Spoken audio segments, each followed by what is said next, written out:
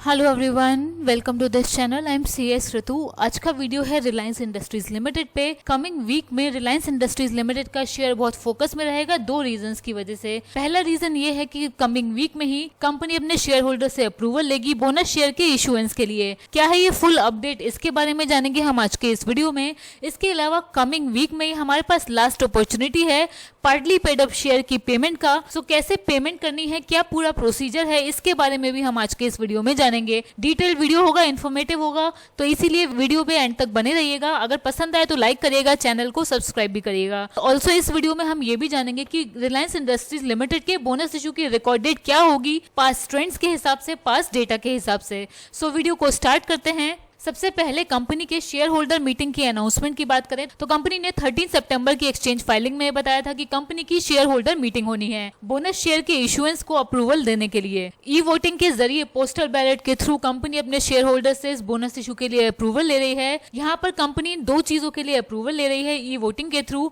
सबसे पहले तो कंपनी बोनस शेयर के इशुएंस के लिए अप्रूवल ले रही है अपने शेयर होल्डर से, और दूसरा कंपनी ऑथराइज शेयर कैपिटल को इंक्रीज करने के लिए भी अप्रूवल ले रही है। मेमोरेंडम ऑफ एसोसिएशन के कैपिटल क्लॉज को ऑल्टर करने के लिए भी अपने शेयर होल्डर से अप्रूवल ले रही है। अब ये अप्रूवल कंपनी कब लेगी? कल से ई वोटिंग की कमेंसमेंट होगी। मंडे 16 सितंबर 2024 से ई वोटिंग आप कर सकते हैं। और कब तक कर सकते हैं? तो ये ई वोटिंग एंड होगी 15 अक्टूबर 2024 को। सो कल से लेके 15 अक्टूबर 2024 तक आप इन दोनों आइटम्स के लिए वोट करके कंपनी को अपना अप्रूवल दे सकते हैं। पहला बिजनेस जिसके लिए कंपनी अप्रूवल ले रही है वो है issue of bonus share. Company अपने शेयर होल्डर से यहाँ पर अप्रूवल ले रही है अराउंड 6767 करोड़ को कैपिटलाइज करने के लिए। और ये कैपिटलाइजेशन कंपनी करेगी या तो सिक्योरिटी प्रीमियम अकाउंट से, या जनरल रिजर्व से, या फिर रिटेन्ड अर्निंग से। और कंपनी 1:1 के बोनस के अलॉटमेंट के लिए भी अपने शेयर होल्डर से अप्रूवल ले रही है। ये जो बोनस शेयर कंपनी इशू करेगी ये fully paid up equity shares की तरह ही एक्ट करेंगे, और ये बोनस शेयर उन शेयर होल्डर्स को मिलेंगे जो कंपनी के शेयर होल्डर होंगे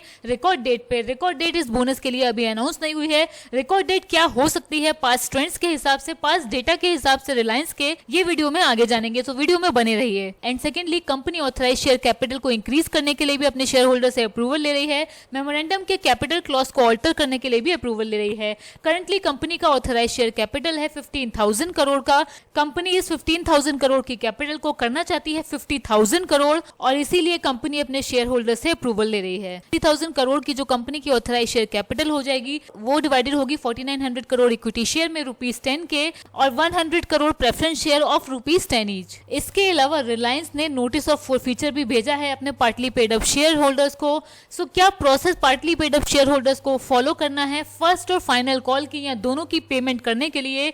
चलिए ये भी जान लेते हैं। इसके रिगार्डिंग कंपनी ने अनाउंसमेंट किए थे 6 सितंबर की एक्सचेंज फाइलिंग में। कंपनी की शेयर होल्डर्स को जिनके पास भी पार्टली पेड अप शेयर हैं उनको ये पेमेंट करनी होगी। कंपनी के वो शेयर होल्डर्स जिनके पास रिलायंस के पार्टली पेड अप शेयर थे उनके शेयर फॉरफीट हो जाएंगे अगर वो ये पेमेंट नहीं करेंगे ऑन और बिफोर 20 सितंबर 2024 तक। कंपनी ने यानी कि रिलायंस इंडस्ट्रीज लिमिटेड ने नोटिस ऑफ फॉरफीचर इंस्ट्रक्शंस के साथ और पेमेंट स्लिप भेजी है कंपनी के partly paid up share holders को जिनको ये पेमेंट करनी है। जिन्होंने कॉल मनी पे नहीं किया है उनको ये नोटिस ऑफ फॉरफीचर और पेमेंट स्लिप कंपनी ने मेल की है। ऑल्सो ये डॉक्यूमेंट्स आपको कंपनी की वेबसाइट पे इस लिंक पे क्लिक करके भी मिल जाएंगे, या फिर कंपनी के रजिस्ट्रार की वेबसाइट पे इस लिंक पे क्लिक कर भी मिल जाएंगे। इस तरीके का नोटिस ऑफ फॉरफीचर कंपनी की तरफ से भेजा गया है शेयर होल्डर्स को जिनको ये पेमेंट करनी है। यहाँ पे इंडिविजुअल्स को अपनी डिटेल डालनी होगी। इसके बाद जॉइंट होल्डर 1, जॉइंट होल्डर 2 अगर ये एप्लीकेबल है यहाँ पर उनकी डिटेल डालनी होगी। यहाँ पर कंपनी की तरफ से आपको इन्फॉर्मेशन आई होगी कि कितनी पेमेंट आपको करनी है, टोटल अमाउंट पेबल आया होगा।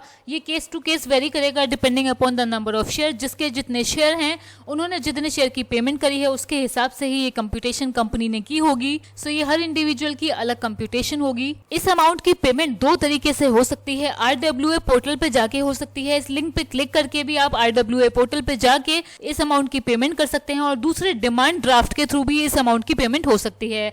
बस आपको ये इंश्योर करना है, ये अगर आप डिमांड ड्राफ्ट से इस कॉल मनी की पेमेंट करते हैं तो आपको ये इंश्योर करना है कि ये डिमांड ड्राफ्ट आप कोरियर से भेजें या रजिस्टर्ड पोस्ट से भेजें केफिन टेक्नोलॉजीज लिमिटेड को, और ये पहुंच जाना चाहिए केफिन टेक्नोलॉजीज लिमिटेड को बिफोर 5 PM 20 सितंबर 2024। अगर आप इस पार्टली पेड अप शेयर की फुल फुल पेमेंट कर देते हैं तो इससे आपको क्या बेनिफिट होंगे? दो बेनिफिट इससे आपको होंगे अगर आप ये पेमेंट कर देते हैं।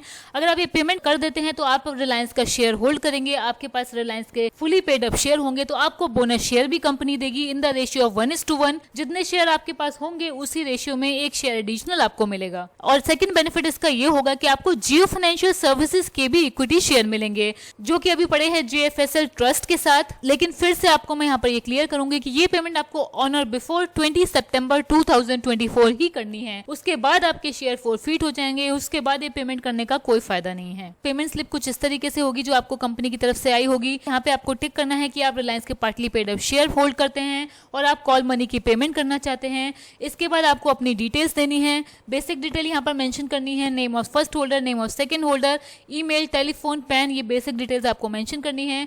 रेजिडेंट शेयर होल्डर हैं आप या नॉन रेजिडेंट शेयर होल्डर हैं, उसके बाद आपको ये मेंशन करना है। उसके बाद आपको ये डिटेल्स एंटर करनी है, पेमेंट की डिटेल्स डालनी है इस पेमेंट डिटेल्स के कॉलम में। उसके बाद इसको आपको साइन करना है और उसके बाद सेंड कर देना है। अगर कोई resident share holder demand draft के थ्रू इस कॉल मनी की पेमेंट करता है तो उनको डिमांड ड्राफ्ट बनवाना होगा Reliance Industries Limited rights R के फेवर में। और अगर कोई non resident share holder payment करता है डीडी के थ्रू तो उनको डीडी बनवाना होगा Reliance Industries Limited rights NR के फेवर में। इसके बाद जब आप ये सब डिटेल्स सेंड कर देंगे तो आपको एक्नॉलेजमेंट स्लिप रिसीव होगी कंपनी की तरफ से। उसमें ये डिटेल्स मेंशन होगी कि कंपनी को डीडी नंबर रिसीव हुआ है, इस डेट पे रिसीव हुआ है, इतने अमाउंट के लिए रिसीव हुआ है, और ये डिटेल्स भी मेंशन होगी। और यहाँ पर रजिस्ट्रार के यानी कि केफिन टेक्नोलॉजीज लिमिटेड के साइन भी होंगे। ये कुछ इंस्ट्रक्शन है इस पेमेंट स्लिप को फिल करने के लिए। इस पेमेंट स्लिप को आपको इंग्लिश में फिल करना होगा। डीडी के रिवर्स में यानी कि डीडी के बैक साइड में आपको ये इन्फॉर्मेशन भी मेंशन करनी है। सो इन बातों का आप ख्याल रखिए। और ये सब डिटेल्स फिल करने के बाद डीडी बनवा लेने के बाद डीडी आपको सेंड करना है इस एड्रेस पे। ये एड्रेस यहाँ पर मेंशन है और ये डॉक्यूमेंट्स और ये डीडी पहुंच जाना चाहिए केफिन टेक्नोलॉजीज लिमिटेड को ऑन और बिफोर 5 PM 20 सितंबर 2024। ये शेयर फॉर फ्यूचर का प्रोसेस जो कंपनी ने स्टार्ट किया है, ये कंपनी ने बेसिकली किया क्यों है? ये कंपनी ने इसीलिए किया है क्योंकि कंपनी को बोनस शेयर इशू करने हैं। तो कंपनी अपने पार्टली पेड अप शेयर को जो भी हैं अभी कंपनी के, उनको आइदर कैंसिल करेगी, उनको फोरफीट कर लेगी या फिर उनको फुली पेड अप शेयर में कन्वर्ट कर देगी। इस प्रोसेस के कंप्लीट होने के बाद ही अनाउंस होगी इस बोनस इशू की रिकॉर्ड डेट। सो क्या हो सकती है इस बोनस इशू की रिकॉर्ड डेट? चलिए जानते हैं। एनालिस्ट के हिसाब से अक्टूबर में इस बोनस इशू की रिकॉर्ड डेट हो सकती है क्योंकि रिलायंस इंडस्ट्रीज लिमिटेड ने इसको अर्ली दिवाली गिफ्ट बोला है। तो दिवाली तक ये बोनस तो कंपनी को कंप्लीट करना ही करना है। तो दिवाली से पहले ऑब्वियसली इस बोनस इशू की रिकॉर्ड डेट होगी। सितंबर में हम ऑलरेडी चल रहे हैं तो इस बोनस इशू की रिकॉर्ड डेट मेरे व्यू के हिसाब से अक्टूबर में होनी चाहिए। ऑल्सो कंपनी की पास्ट हिस्ट्री भी देखें, अगर कंपनी ने प्रीवियसली बोनस डिक्लेयर किए हैं 1980 में, 1983 में, 1997 में, 2009 में और 2017 में भी। 2017 के बोनस इशू का अनाउंसमेंट 21 जुलाई को कंपनी ने किया था, रिकॉर्ड डेट 9 सितंबर थी। 2009 के बोनस इशू का अनाउंसमेंट 7 अक्टूबर को हुआ था, रिकॉर्ड डेट 27 नवंबर थी। 1997 के बोनस इशू का अनाउंसमेंट 13 सितंबर को हुआ था और रिकॉर्ड डेट 29 नवंबर थी। सो टिपिकली इसके हिसाब से अगर हम देखें 40-50 डेज का गैप होता है अनाउंसमेंट और रिकॉर्ड डेट में जो रिलायंस इंडस्ट्रीज लिमिटेड रखती है। सो अगर इस प्रोसेस को कंपनी फॉलो करती है इस बार भी तो इस बोनस इशू की रिकॉर्ड डेट निकल के आएगी 20 अक्टूबर। ऐसा इसीलिए बिकॉज रिलायंस ने बोनस इशू का अनाउंसमेंट अपनी 47th एनुअल जनरल मीटिंग में किया है जो कि हुई थी 29 अगस्त 2024 को। सो ये है रिलायंस के बोनस इशू पर लेटेस्ट अपडेट। आज के वीडियो में इतना ही। प्लीज लाइक करिए, सब्सक्राइब जरूर करिए। Thank you.